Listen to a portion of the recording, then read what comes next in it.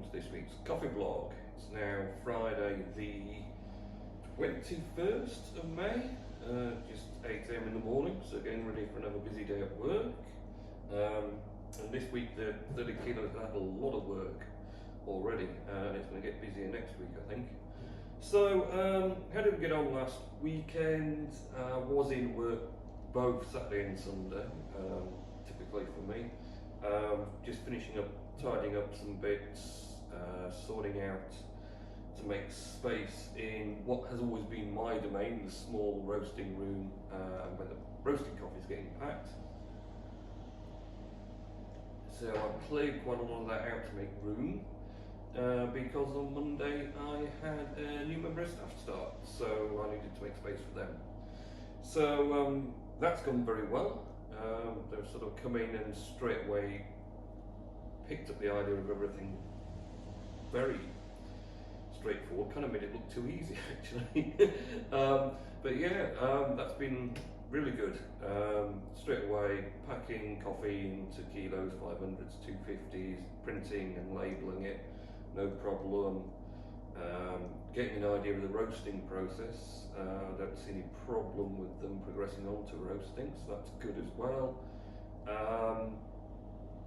And just sort of going through white rose orders, packing those for shipment, and yeah, I mean it's just taken a big load off me, so everything's running a bit more smooth than it was, and I'm not running about like a loon, so that's good. And yeah, it's been a good week really. It seems to have gone very well. So so yeah, that's been a big help for me. And then obviously we picked up, I did Tuesday and no, Monday was the 5 kilo most of the day. We did a lot of back-to-back roasts with that. Tuesday 30 kilos, I needed to do bakeries, coffee, piece hall, and a number of other coffees that we needed as well, just to build up some stocks. Wednesday we just did a few more small batches in the 5 kilo, and yesterday I did another about 5 batches yesterday in the 30 kilo. But we had like a 25 kilo order for us client, and got 12 kilos, the first roasts of the new Peace Hall blend, and the first 12 kilo order going this morning down to Blondin's ice cream in the corner of the Peace Hall. So that's good. Monday morning, first thing, some equipment will be going in. Each of the 3 stores will be getting new 2-root machines and grinders, so that's exciting. And then next week onwards we should be delivering all the coffee for the Peace Hall, which pretty much will be nearly all the stalls, because we've already got cheesecakes and the bakery, and now we'll have the trading rooms, Blondins and the deli. So quite a large portion of the Peace Hall will be using our coffee. So that's good as well. And Stockfold down Dean Clough had some more coffee this week, so it's been a big week for local customers, but we've also shipped coffee everywhere as well, so even better. So yeah, it's going to be a busy week next week.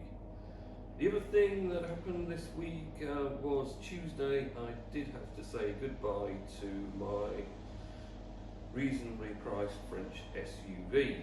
The Reynolds has served well for 4 years, but the lease was up, so it had to go back. And instead, I've welcomed a new, reasonably priced Chinese hybrid SUV. I'm not sure if Toyota is Chinese or not.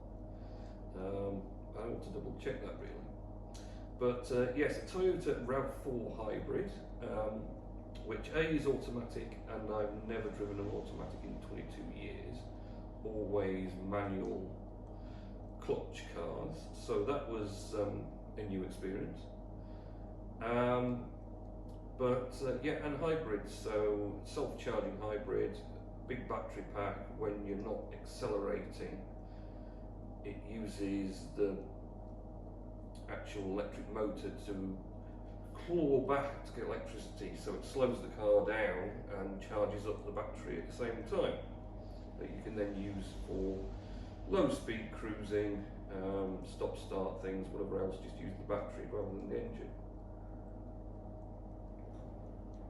So hopefully I'll remember to insert some pictures of the leaving Reynolds, and also maybe a little walk round or something clip of the Toyota.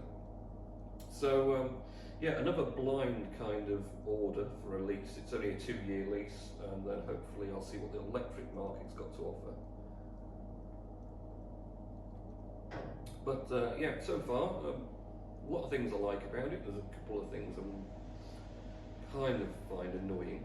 The main one being the last 2 Reynolds I've had, so about 11 years worth of cars, have locked themselves when I walked away. The keyless entry and keyless exit, so as soon as you walked away from the car it would just lock if you had the key in the pocket. And the Toyota has keyless entry, so you don't need to unlock it, you just put your hand on the door handle and it unlocks.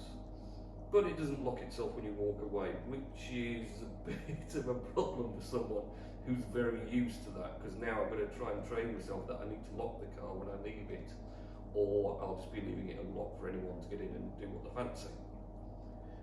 So that's a bit of a difficulty. The powered tailgate, which should in theory be helpful, I'm not convinced it's that helpful. A, it's slow, and everyone makes this thing of all powered tailgates, really exciting, but it actually takes quite a long time to go up, quite a long time to go down.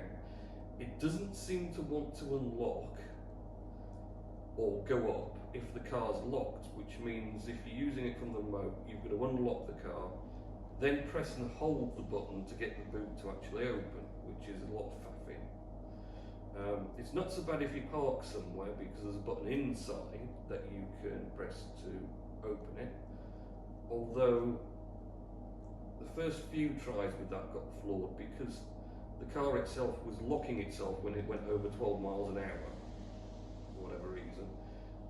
Then when I stopped and tried to open the boot, it said can't open the boot until you unlock the car, which had locked itself. I hadn't locked it. And then you've got to open the driver's door before you can open the boot. So I turned off the auto locking feature, so now when I stop the car I can at least open the boot and it will just be open when I get to it. The locking of it afterwards is a lot more faffy, because then I've got to carry a load of boxes and try and get hold of my key and hold the button down for the boot until the boot starts closing, and then wait for the boot to close before then pressing the button to lock it, all of which is quite a lot. So that bit's not so ideal, but you know, work around these things, I'll get used to it I suppose. But the good news is incredible mile per gallon on a petrol engine. So I got up to about 51 miles per gallon on sort of zeroing the trip from home and then coming here. It's on about 45 at the moment, because I've done obviously runs back home again. It's uphill, not downhill, and the local deliveries around and about places and things, so there's more stop start and whatever else. So I'd need as kind of a clear week or so of just coming and going, come to work and going home with no in-betweens, which is actually pretty unlikely now. All my local customers are starting to open up again because there's lots of deliveries to do. But just to compare, but you know, the diesel, 1.6 diesel managed at best 41 if I was very, very frugal, and that was literally very slow on eco mode, setting off all the time, anticipating and pretty much dumping the clutch down and put it in neutral for lights, or rolling anywhere that was downhill rather than using the engine just to get that mile per gallon. So in comparison, it's already going to have better fuel economy from the petrol engine, much quieter. That is kind of weird, that you sort of get into the thing and set off and it just wafts along using witchcraft, no noise or anything. It just wafts its way backwards, wafts forward, sets off. When the 2.5 litre petrol engine does kick in, it can make a bit of a rorty noise, because obviously it's going to try and rev itself up to whatever speed the electric got, so it can't just start the engine and quietly phase it in. It's got to rev it a bit and get it ready to get into gear, so it does make a bit of a noise, but it's not bad, I wouldn't say. It's not that noticeable. So yeah, on the whole, few days into new car, great fuel economy from hybrid and automatics of the future, because it's dead easy to drive. Especially, I realised at some temporary lights that come up near just past Shelf roundabout the last few days, sitting in a queue is just like so much easier compared to constantly putting the clutch down, putting the car in first gear, lifting the clutch, pressing the accelerator, and balance all that to set off and do maybe a few feet, then put the clutch back down and put the car in neutral, default the clutch, and then put the handbrake on and everything else. And whereas in this, you put your foot on the brake to stop, you put your foot on the accelerator and it moves a bit. In fact, you don't actually have to put your foot on the accelerator, you take the foot off the brake and it just starts slowly wafting its way along without even going in the accelerator. So especially when you're not moving very far, you can just take your foot off the brake a little bit. And then if you want to keep it in place, there's a hold button. So you can take your foot off the brake and it will just stay there until you press the accelerator again. So very, very easy. This week's coffee is Vietnam. We did a batch in here yesterday, and this is a sample of it, Vietnam Arabica, and it's good. It's a nice coffee actually. It's quite popular, Vietnam coffee, and it's pretty good value as well. But I mean, it makes a really nice coffee. It's not like feels in any way cheap.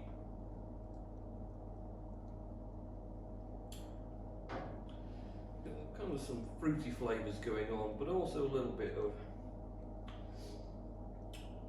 I don't know, a bit earthy as well, maybe. Good all-round coffee though. Very, very nice. So, I suppose I better get on with the rest of my day now. Fair bit of work to do. Going to drop the Blondins order off. Finalise preparations for 8 o'clock Monday morning when the equipment's arriving at the new Peaceful stores. So it's all exciting stuff. So have a really good weekend and week next week, and I'll see you in next week's Coffee Club. See ya.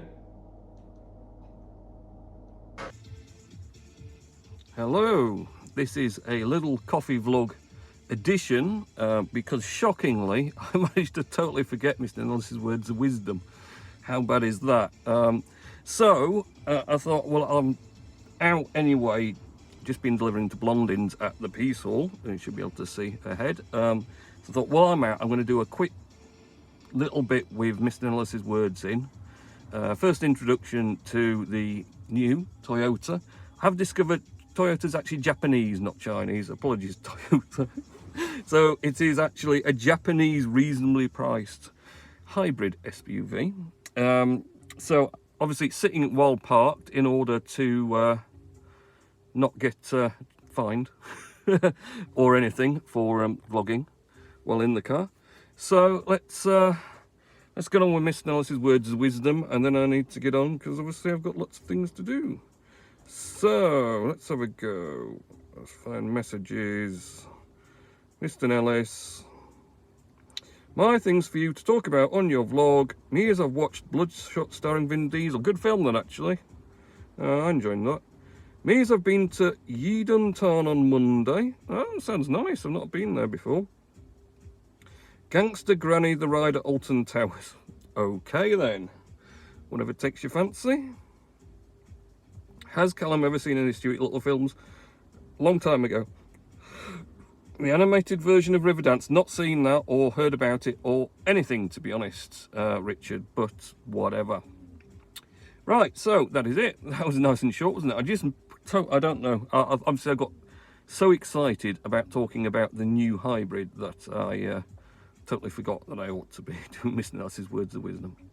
So all done, and yeah, I'll just patch this on at the end of the vlog. No one ever watches to the end anyway, so they probably won't even see this bit, but whatever. Okay, see ya.